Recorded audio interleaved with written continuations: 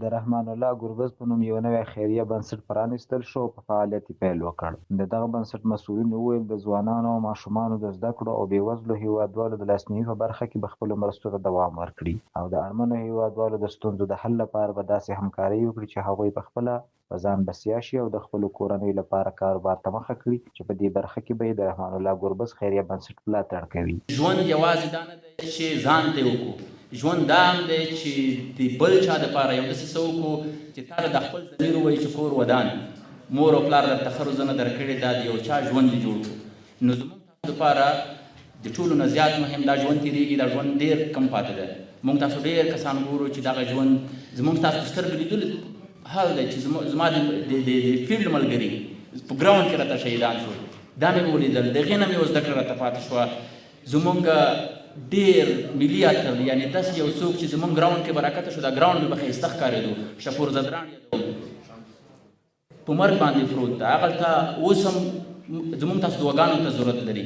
دغه شان دا ژوند تېرېږي، لیکن ژوند داسې تېر کړې چې سبا په خپل ژوند باندې ستا په ژوند باندې ستا فامیل ټول افغانستان ټول خلک افتخار وکړي.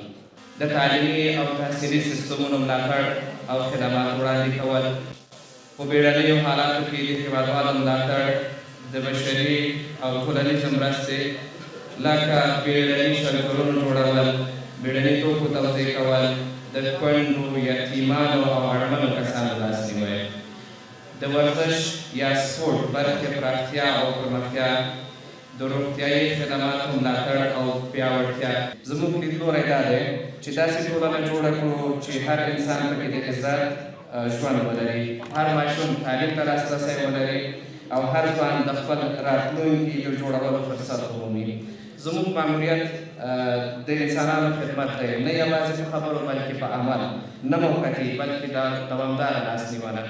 موږ غواړو فرصتونه رامنځته کړو، نه یوازې تکیه هیله پیدا کړو، نه یوازې لنډمهاله مرسته او بدلون راولو، نه یوازې تسکین. د رحمان الله ګربز خیریه بنسټ د انسانیت، شفافیت، عدالت، مهربانۍ او مسؤلیت پر ارزښتونو ولاړ دی. د دغه خیریه بنسټ د پرانیستلو مراسم د کابل په انټر کانټیننټل هوټل کې جوړ شوي وو چې یو شمېر حکومتي مسؤلینو، د هیواد یو شمېر علمي شخصیتونو او ځوانانو پکې ګډون کړی و. هغوی په هیواد کې د شته امن د لا پیاوړتیا هیله وکړه او ځوانانو ته یې د کاري فرصتونو د رامنځته کولو غوښتنه وکړه. د خیریه بنسټ جوړول یو ډېر ستر کار دی. دا د زړه پراخوالي، فکر لوړوالي او د مسؤلیت احساس غواړي. زه باور لرم چې دا بنسټ نه یوازې د سپورټ په برخه کې بلکې د روغتیا، تعلیم او ټولنیز پرمختیا په برخه کې هم مهم بدلونونه رامنځته کولی شي. د یو ډاکټر په توګه زه دا ژمنه کوم چې موږ به د دې ټول نوښتونو ملاتړ کوو او هڅه به کوو چې د ځوانانو لپاره د سالم ژوند زمینه برابره کړو. نړۍ ډېر پرمختګ کړی، تحصیل ډېر مخته تللی، نن دنیا په هوش مصنوعي باندې روانه ده، نن دنیا په چټ جی پي ټي باندې روانه ده، نن جګړې په تکمو په وهلو سره ترسره کېږي. لا تر اوسه پورې هم افغانستان ډېر کار ته اړتیا لري. باید د تحصیل په ډګر کې ډېر کار ترسره شي. دلته مشران ناست دي، زه په ابراهیمي صاحب او په ګربز صاحب په دواړو باندې غږ کوم. د نامرده جابر او همسایه لخوا څخه زموږ په ملکي کسانو باندې برید ترسره شو، د یو کورنۍ 19 کسان پکې شهیدان شول. تاسې د هغې کورنۍ څخه پاتې هغه ماشوم د وینې چې دلته ناست دی، له دواړو څخه مې غوښتنه دا ده د دې ماشوم تر شا ودرېږئ. دا یې د افغانستان راتلونکی ده، د ده د تحصیل لپاره کار وکړئ.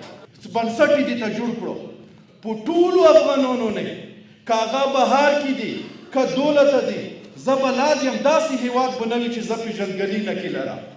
هر هېواد کې، په دوبۍ کې، په قطر کې، په سعودي کې، په کویټ کې، په اروپایي هېوادونو کې، امریکا کې ځوانانو خلکو یې مو غږ ووری محترمو په بهر میشتو خلکو، هر یو په هر ولایت کې هېواد کې افغانانو ټولنې دي.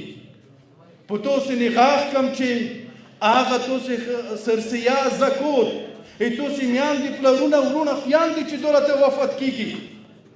توسې داسې ځای نه وینئ چې په هغه نه اعتبار وکړئ. توسې هغه صدقې هغه په خپلو مړو والدینو سې خیرات صدقې ورسېږي.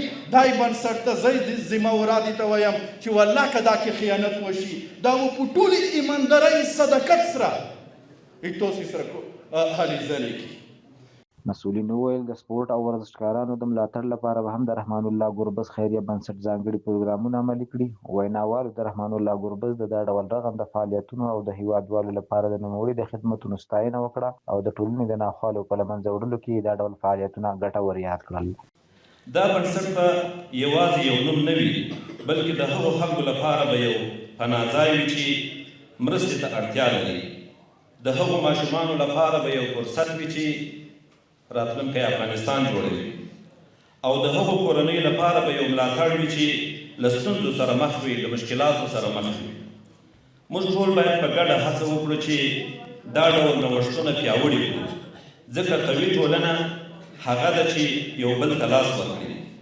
زه ښاغلي ګربز صاحب ته دا وعده وکړم چې څه امکانات چې لرو که مادي وي که معنوي انشاءالله تر څنګ به دې ولاړ یو او د دغه خیریه بنسټ د پیاوړتیا لپاره به خپلې هلې ځلې کوو.